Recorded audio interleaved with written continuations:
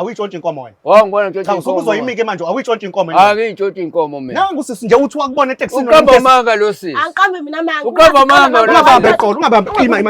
Uqamba manga nasi. Ima ke bafo. Uqamba manga. Ima awuyitshontshe. Yazi ngijwayela wena yazi. Ima ke bafo.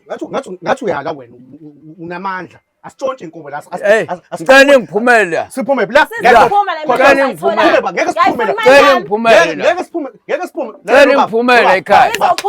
Phela kona umuzi wenu lo wami lo muzi. Kodwa lo muzi wenu esekhaya la. Ikini siyavuma ngeke wena utshontshe inkomo wena sisi ngibizela abantu engabazi. Ngikubizela abantu ngoba ngifuna imali yami. Hamba la. Ukhulume naye. Ukhulume naye la. Akho manje nayithola. Khuluma naye ubuye ngicela ungibuyela naye 5 minutes. Akho manje nayithola. Ndo mali. Lalela kwethu. Uyavuma yini na ukuthi usisi wamdayisela inkomo ngemali engango 8500 neyokudeliver sebala lapho. Uyakuvuma lokho? Usisi ngavuma. Ungangengisi khuluma ucacisa akekho umuntu okuphoqa ngenkani la ukuthi uphole. Uyavuma yini ukuthi usisi wamdayisela inkomo? Yebo ngiyavuma ukuthi ngamdayisela inkomo. Ngamalini? Ngilale imali ayishoyo.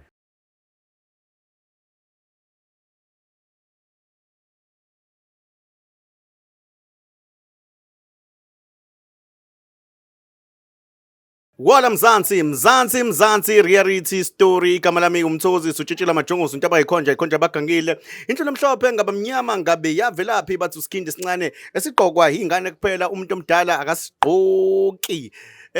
Namhlanje sisemandaba enkandla la esibhalelwe khona ke usisi wami ethi cha engeke enkomose nalo udaba lana eluyinkinga kakhulu ke kimi eselingibukanise nomphakathi kanye nomndeni. Kanti ke wena ke ekhaya ungakhohlwa ukusubscribe lapha ngoba sifuna ukushaya u30k njengamanje. Siyakucela njengoba ngikwenzela iqiniso nawe wenza iqiniso upress inkinobho ukuze uthole wonke amashow. Ake singene kudadewethu ebingelele. Dadewethu cela ubabingelele ababukeli boMzansi reality uzisho igama nesibongo. Sanibonani babukeli igama lami nguAngie Ngwakangcobo. Mapholoba. Ngibhalele i-reality show ngoba nginenkinga ngathi inkomo kubhuti. Lo bhuti sahlangana naye eTexini ngangikwi-call ngikhuluma ngendaba yokuthi ngifuna ukwenzela oma wami umsebenzi. Okay. Uma ngiqede i-conversation kwi-call ubhuti wangibuza ukuthi hayibo usunazo zonke yini izidingo njengenkomo. So ubhuti wangi-offerisha inkomo ukuthi inkomo uyazidayisa unazo inkomo. Sa exchange ama numbers nobhuti. Sasha isikhathi sokuthi ngenze umsebenzi ngahamba ngayobheka inkomo emaplazini. Mengifike emaplazini inkomo ziyabiza zibiza uma 20,000 i-cheapest. Ziyabiza inkomo. Yabe iyu-15,000 ngakhumbula ukuthi konje khona umuntu engangahlangana naye eTexini wabethi udayisa inkomo ezishibhile. Ngamfonela ubhuti. Sakhuluma naye washo ukuthi inkomo onazo inkomo anayo enhle kakhulu nje engangithokozisa for ukwenza umsebenzi kamama. Yaba yu-8,000. Wangithumelela nesithombe 8,000 inkomo. Ikwakalona inkonyane lelo. Akuyinkomo enhle kakhulu ngoba wangithumelela nesithombe ku WhatsApp. Ngayibona nami inkomo ukuthi inhle impela nje futhi nje ngiyabona ukuthi umsebenzi wami uzohamba kahle noma mama laphelele khona uzowuthokozela lo msebenzi.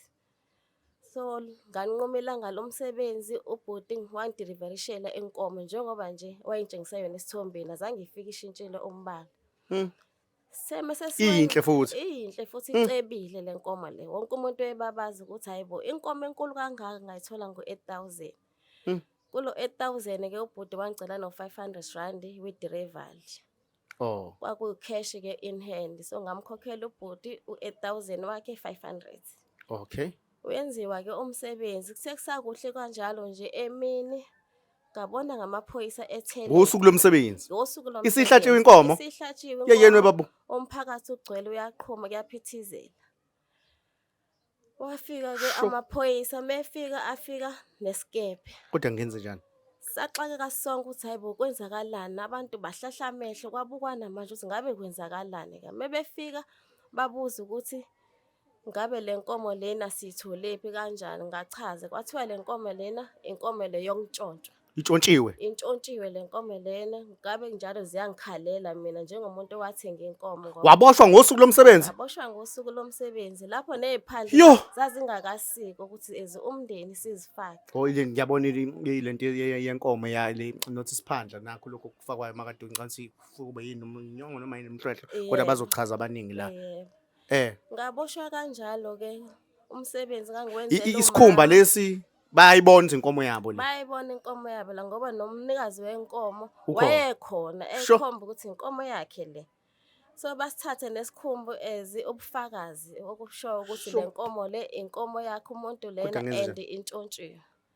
Ngaboshwa kanjalo-ke, mengisaboshwe kanjalo ngalala impela u-3 days police station, yebo. Wafika umndeni wangibheyila. Manje uma ngibheyilile umndeni ngakhumbula ukuthi konje ngathi nami ngiyicofela ifoni ngabona i-show lethu i-reality show. Ngabhalela obhuti ngalesi simo sami engibhekene naso njengoba nimbona nje efikile la ekhaya ubhuti ezongisiza. So ileso simo ubhuti engibhekene naso njengamanje ngicela ukuthi ningisize ningitholele ubhuti lona owadlala ngami ngithengisela inkomo yokuntshontsha. Ngikhathazekile ngoba nasemsamo manje abantu abamnyama uye ukuthi mekukhona into eyenzakalile eyiphutha kuyadingakala ukuthi ushweleze.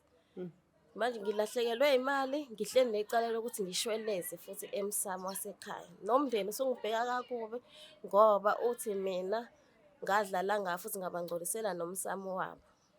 Nomalume wayekhuluma emsamo akangikhulumisi ngoba uthi mina ngamenza umuntu omubi edlozini. Ncese siswami. I can see ukuthi uphatheke kabi Ncese bandla yo. Bafethu yo ibhlungu lento kasisi ibhlungu. Thina abantu besiko ke siyathinteka ke mawenza izinto engalunganga emsamo. Siyathinteka kakhulu ukuthinteka abantu abakhulu lo msebenzi uvela ongeke uhambe kahle ngoba vele kwase kuyinkomo yokwebiwa kwangeke isho noma kuthiwa waphumelela kodwa kuningi ngabe kube izihibe empilweni yakho ungakukhaleli kakhulu. Ngiyakubona ukuthi ke umndeni mhlambe ke usuyakunephiza nalabo sebeyakuhleka ukuthi wathenga inkomo. Ngiyakubona lokho kuzama ukufisa ukudlula entweni. Sonke siyafisa ukudlula ezintweni uthi yazi mangase ngenza 1 no 2 kudlula umsebenzi kagogo kudlula umsebenzi kababa. Kodwa ke ngenxa ukuthi umuntu mayephila uphila ngokuhlanganisa nalezi zinto ukuthola ukuthi ziyakuvimba empilweni ukuthi kuthiwa hayi akwenzeki kufanele ukwenza umsebenzi kama wakho khona lokho suthi uyakuzama uthola ukuthi ukufaka ehlathini. I'm so sorry about that. Ngiyathemba ukuthi yonke lento izolungiseka. Ngiyakuthembisa futhi nami ukuthi lo mgulukudu sizowuthola. Ngizolekelela abazomthetho ngilekelele isikebe ngoba mhlawumbe indoda efunwayo lena sizomfuna simthole. Kubhlungu kakhulu ngiyezolana nawe and ngiyakubona ukuthi awukho right. Ngiyakucelela nje ukuthi nje ube right and ngiyakuthembisa ngizozama. Mzansi wami, I want to tell you something. Niyabona kodwa ukuthi ukusebenza kwami akululanga. Isikebe sikhona, amaphoyisa khona, kodwa udaba likasisi ligcine lifaka yena ecaleni ngokuthi uthenga inkomo. Naye umgulukudu lona ongamtshelanga ukuthi inkomo uyitshontshela usisengazi. Inkomo nje kufanele ukuthi wayithenga online. Okungento engenzeki ayithengeki inkomo online bafethu. Kwenzeka kugcina sekukanje usisi wayingazi ukuthi ubhuti uyamqola. Kwagcina into zakhe sekugaxela yena ejele. So icala futhi labeka yena futhi waboshwa yena. Izandla zakhe engcolile manje ukuthi wathenga inkomo entshontshiwe engazi.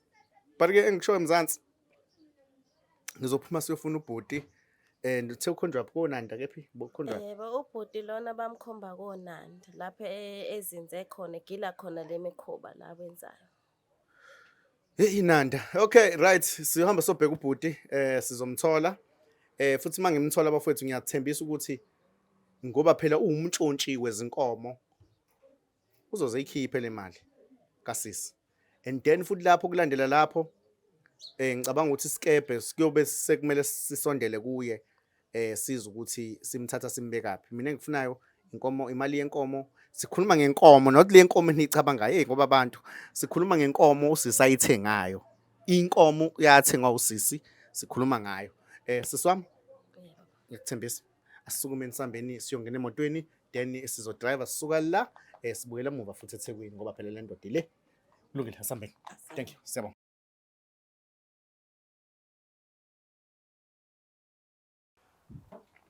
Gogo. Uzakala sisi wami umuntu embo egadi. Gogo. Ngiyabhema ukufa ngentaba. Gogo. Gogo. Akekho lo muntu la. Hawu. Bafu kunjani? Uyaphila mfowethu? Sis. Hayi, ungathuki mfowethu, ungathuki. Uyaphila ngane kwethu? Kanti ngicela ume ngale. Cela mnike ilentuzana bafuya phela. Ungathungi ngane kwethu ngumthobisi mina ngwakamagubane mfowethu. Usikhindi sincane eDomingo sikhindi sincane mfowethu. Ngiyakubona indoda eyayishela ibambela indoda. Hawu mfethu. Cela ukufaka iPax leli kunodaba lalisize ngani ungatatazeli inkabi yami. Sizolungisa la sizolungisa isizwe ngizokuchazela kahle ke mfowethu. Awu uyaqoqa kahle insizwa. Mfowethu ngiyaphuthuma nje manje. Okay. Ngisanendlela nje engizayiphuthuma. Uyiphuthumayo. Yebo. Ungathi ukuthi usoyini mfowethu. Amehlakho abaleki ngala abapheli la. Ngithi ukuthi ngibona abantu nje sebegcwele igceke. Kwenze njani namakhamera? Mina ngithi uthi usoyintombi le ebomvu. Sondela mntakwethu sondela. Usisi lo uthe umazi. Angimazi lo sisi. Ngithiswa nje intombi ebovu nje. Usisi ubhuti uyamazi. Ngiyamazi ubhuti. Uye lo. Angifuni siphambane. Uye lo. Uyena ngambona nje eTexas. Senza nedili naye enkomo. Okay. Siyaza lapho. Singamjahi. Mfowethu usikhindi sincane mina esigqokwe ingane kuphela umuntu omdala kasigqoki. Ngiqhamuka from uMzansi reality story ngilungisa inkinga zabantu nokuqola abantu. Mfowethu njengoba silana asidlali ke mfowethu. Angizili ukuzodlala ngifuna ukukhuluma iqiniso njengoba linjalo uphume nje njengomuntu impela njengoba esuka efe cha namhlanje ngenza inhlambuluko into ethile ngayenza into ethile angiyenzanga and angifuni nawe ukukunemba ukubenda ungabudlanga ngithola ngane kwethu ngilana ke ngendaba mayelana nosisi. Sisi, cela ubeke udaba lakho kubafo. Then mina ngizokulekelela makuthi ngiyahilizisana. Uthe usisa umazi angithi? Hayi angimazi sisi. Sisi wathi uye lo. Uyena lo bhuti lo. Okay, cela ubeke udaba lakho umtshele ukuthi wenzani kuwe and then ngizobe sengigenelela ke lapho. Bhuti ngahlana nawe eTexini ngiza ngikhulume efonini ngendaba yokwenza umsebenzisela umama umsebenzi. Wangi-offerisha inkomo eshibhile eyayibiza 8,000 rand. Awungikhumbuli bhuti? Hayi angikukhumbula hayi angikwazi nje angaze ngibone. Bhuti waze wafika ekhaya uzongideliverishela inkomo. Wangithi ngitshengisa yona ku-WhatsApp wangithumelela isithombe. Wangithumelela yona le nkomo lena wafika wazongideliverishela yona ngo-8,000 rand. I-delivery yabe u-500 rand. Mina? Yebo bhuti wena. Hayi angikwazi lo. Ngakunika ukheshi esandleni wathi ngayifaka imali ebhenki angikunika ukheshi modeliverisha inkomo. Kwakhona obabona la. Wakhona umndeni wasekhaya. Wakhona umalume ba. Hayi yafika inkomo. Hayi angibazi. Mfowethu okay. Mina bhuti hayi angaze ukubona nje sisi. Hayi emaphoyiseni ngaboshwa ngenxa yakho. Hayi sisi ngeke angiyazi lento sisi. Inkomo yantshontshiwe. Mina? Yebo bhuti wena. Mina ngiyisebenza mina ngiyayiphathela mina ngisebenza emaTexini. Yebo ngitshontshe inkomo bhuti. Hayi angikwazi ke mhlawumbe wena okwaziyo lokho. Mina ngikwazi ke nje ukuthi ngitshontshe inkomo mina. Bhuti mina ngihlalela uyicelela ukuthi ngikuthemeleze nasemsemo wasekhaya umndeni wami mina uyangizonda ukuthi ngenze umsebenzi ngenkomo yongitshontsho. Kade mina ngangizama ukulungisela umndeni indaba zomsamo ngoba ekhaya siney'nkinga. Wathiwa masenza lo msebenzi lona impilo yethu izoshintsha izoba ngcono. Kodwa wena wakucikela phansi lokho ngenxa yokuthi wasindayisela inkomo entshontshiwe. Hayi sisi mhlawumbe uyafanisa. Mfowethu usisi unefoni la kunenkomo wamsendela yona. Usisi uyamazi. Sisi uthe uye lo. Uyena lo. Mfowethu umsebenzi wakho utshontshe inkomo wena. Ngiyakuzwa lo ukuthi usemaTexini wena. Wena utshontshe inkomo wena. Usisi ke wamfaka enkingeni nomqhatha nomndeni naye ethi uzama ukuthi evuse indaba yasekhaya ngenxa ukuthi washonela uma wakhe. Wena wenze njani? Wenza indaba eTexini. Wathi wena hayi ngeke kuba uthi khona la uxekeka khona ngangitshela ngoba mina ngumdayisi wenkomo. Wakuthemba. Uthe mase kuthembile wenze njani wena? Asiphiki ukwenzela ubulungiswa kuye kodwa ukwenza ngorong. Wamnika inkomo oyintshontshile. Mfowethu sisebenza nesikepe sisebenza namaphoyisa and kwafika isikepe. Isikepe masifika sabopha usisi walala 3 days. Waphuma ngebail. Enza umsebenzi ngosuku lomsebenzi. Just imagine. So njengoba ngilana ke mfowethu ke angithi nsi angidlali sizofuna lo 8,500 okumele ubuyisele ubaba uzobona ukuthi wenze njani futhi manje mawukhona ukuze impilo yakhe ingabe nzima ngoba ngiyalandelana shem angive ngisicefe kubantu abenze into engalungile kubantu angithola so nje into engifuna njengamanje kuwe ukuthi wena ungitshela ukuthi lo 8,000 uzokhipha kanjani na usise ebe right elungisa isimo sakubo mawuthi kumele eqale phansi enze umsebenzi eqale enze phansi umsebenzi esewenza ngendlela right ngoba na ngimgcikile ukuthi wenze umsebenzi ngenkomo etshontshiwe wayengazi umfaka enkingeni so into engifuna kuwe ke umuntu omkhulu sitshela ukuthi le mali uzoyikhokha kanjani Hayi mina angikwazi ukuyikhokha imali into ngoba yini ungayikhokhi ngoba uyazi angifuni sikunuka ngento errong mina ngikulandele emva kalokho engibhalelile ngizamile ukuthola ukuthi uhlobo luni lo muntu wena Okay, indaba icase yenkomo yaqala kuba sekhesini yenkomo. Usukhwehlela. Usukhwehlela ndoda lana asizona amanesi la. Check it in and out. When do you know ukuthi wena utshontsha inkomo nangu ngoba ngifuna ukunemba ngocela nami la ababukeli bambe nginika icala ukuthi ngikunuka into engekho. Wena ngifuna ukuyikhulumela ngomlomo ukuthi yes uyayitshontsha inkomo noma cha. Usho ukuthi kona isitori esikanje asiqalwe napho. Uyanuka wena. Shothi uyasukela. Okwesibili manje kufika abantu abakanje bethi ngitshontshe inkomo. Omunye ubhuti futhi wafika la wathi mina ngabe inkomo kanjani le kaMashu ngamdayisela yona wehlala eNanda. Ngambuza mina ukuthi mina ngoba nami ngihlala eNanda nje ngayidayisa kanjani inkomo mina ngihlala eNanda ngiyidayisa le. Ngenzela nami istory qhubeka isitori sakho qhubeka. So ngase ngithi mina ngidayisa inkomo sethi lo bhuti no. Wena wangithengisela inkomo wena kwathiwa intshontshiwe le emakhaya. Iyafika ebusuku la ngathi mina angiyazi lonto ngagcina nami sengingena enkingeni ngaleyo nto ngoba usese njengekhuluma nje ngiyayeza inkulumo ayikhulumayo naye same story Uzama ukusitshela wena ukuthi uyanuka uyasukela wena yanuka yena inyama ingosi wami kona ngesizulu ke kushiwo njalo oshuthi lilonke uyalivuma leli cala mfowethu uyavuma ukuthi wadayisela usisi inkomo uyavuma yini futhi uthi wena utshontshe inkomo hayi akukuvuma akuvumi lokho hayi uyangihlanyela lo sisi ngiyahlanya mina bhuti uyahlanya ngiyahlanya mina bhuti uyahlanya wangibona wathi wafana nenkomo wazongijwayela kabi mina wangibona ngwasha wangibona na cha wena ngitshontshe inkomo awuyitshontshe inkomo wena wangibona ngitshontshe inkomo usukuzoyimike manje awuyitshontshe inkomo ngitshontshe inkomo mina nangu sisi nje uthi wakubona eTexini uqamba manga lo sisi angiqambe mina manga uqamba manga ungabambe eqolo ungabambe uqamba manga na sisi imake baba uqamba manga imake yazo ngijwayela wena yazi imake webaba ngathi uyala wena unamandla asitshontshe inkomo la ngicela ngiphumele siphume la ngeke ngiphumele ekhaya phela kona umuzi wenu owami lo muzi kodwa lo muzi usekhaya la ikini siyavuma wena sisi ngibizela abantu engingabazi ngikubizela abantu ngoba ngifuna imali yami wayibekela ekhaya imali yakho wayibekela ekhaya imali yakho wayibekela ekhaya imali yakho ufuna imali yami ungangidake yes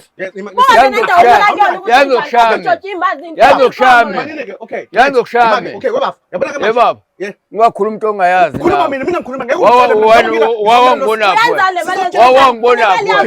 wawangibona wena wawangibona uyangazi ukuthi ngizalo bami uyangazi ngizalo bami uzaloba nginedaba ukuthi uzaloba ukuthi uzaloba Antoine njengoba ngizomela usisi ngangijwayele nini sizokujwayela ngangijwayele sifuna le mali sifuna lo 8500 sifuna akho mali nayithola akho mali nayithola akho mali nayithola nawe futhi hamba nawe hamba la kamera kancane kati la hamba la sikhulume naye akho mali nayithola khuluma naye ubuye ngicela ungibuyela naye 5 minutes akho mali nayithola lalela ke wemzansi mzansi sizojwayela kabi sisi Yizo zonke lezi zinto engisuke ngingafuni ukuthi zenzeke masifikile kubantu sizokhuluma nabo. Ubafo uyasilisa manje.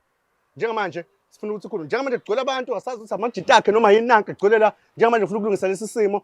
Sikhulume naye siphinde sibuye phansi. Cela nje siphe isikhashana esincane. Yo. A few moments later. Njoba eqhubeka enza umsangano wakhe. Igadi lami lizobuya naye. Bona bebuye. Bafo. Bafo. Oh, hey, Shuthi bafo anixoxanga kahle anikhulumanga kahle lalela webafo lalela sisi uzala mfethu isikhathi siyaphuthuma siyahamba uyamazi lo sisi sengifuna ukukhuluma into straight ke manje khuluma into straight uyamazi lo sisi hayi angimazi bafo cela ukubuza uyamazi nina lo sisi ngomfakela phela bafo uyamazi lo sisi angimazi Musukhathazele buka mfethu ukuthi ngisibhizi nawe sikade ubhizi nawe lana kodwa manje ngabe ukhuluma into ephelayo sikiyeke sami uyamazi nina lo sisi mfethu ngifuna siqede ke manje ke lo sisi uyamazi Hayi lo sisi angaze ngibone. Usengikushaya mina mose lokho. Nami ngizokushaya. Hey, Wajwayela ukushaya abanye. ima lalela bafo. Wajwayela ukushaya abanye. Nenza njani Wajwayela ukushaya abanye. Ikhuluma ime kanjani angathi ihamba ngayo. Wajwayela ukushaya abanye. Ngawe ushaye mina. Bafo hey umntshontsho wenkomo ngicela wehlisa umoya. Bazohamba labanye. Lalela maligajwe inkomo. Ngizokubamba emgaqweni. Ngilalela. Ngeke ukwenze lokho ngikushela kule nto engikuyenza. Mfowethu sifuna ukuhamba la. Mfowethu uyavuma yini na ukuthi usisi wamdayisela inkomo ngemali engango 8500 neyokudeliver sebala lapho. Uyakuvuma lokho? Usisi ngavuma. Ungangengisi khuluma ucacisa akekho umuntu okuphoqa ngenkani la ukuthi uphole. Uyavuma yini ukuthi usisi wamdayisela inkomo? Yebo ngiyavuma ukuthi ngamdayisela inkomo. Ngamalini? Ngilale imali ayishoyo. U8500 no. 8000 kodwa i-delivery ngiyawu 500. 500. Yes. Oh wena untshontshe inkomo. Kusho ukuthi le nkomo ngayithatha ngala eMzumba. Emzumba. Yebo. Wasuyigijimisa wadayisela. Ngayidayisela usisi ngala ngakubo. Lalela ngifuna ke ukwenza kanjena ke mfowethu. Siyayifuna le mali. Siyafuna lo 8500. Cela usitshela ukuthi sizokuthola kanjani ngoba isikhathi asinaso. Angifuni isikhathi esiningi usidlile la yabona nje ukuthi uyonyoxoxa nezigadi nobabili ngale ngingasekho mina. Isikhathi leso eside kabi because ngize ngomsebenzi la. Ndoda sitshele ukuthi le mali uzoyikhokha kanjani. Siswami cela usondele. Ufuna umtshele nangu ucela umtshele ukuthi uzoyikhokha kanjani le mali.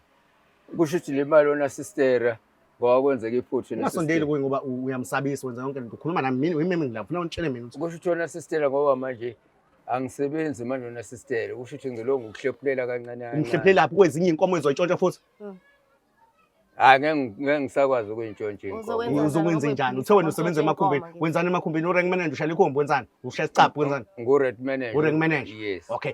Yabona ko-rank manager bahola ko-rank manager. Mina ngishayelile ikhumbi mina. Utshala mina itaxi ngishayelile. Njengoba bengibiza ngosomatekisi ngishayela lona ikhumbi. Bengishayela ikhumbi mina. Ngithola. So ngiyazi yonke lento zane lapha. U-rank manager kunemali ayinikwa o-driver. Kunemali ayiholelwa obaba yase-rank. So mfethu ngicela unginika isikhathi sokuthi ngibuyisele lo sisi imali.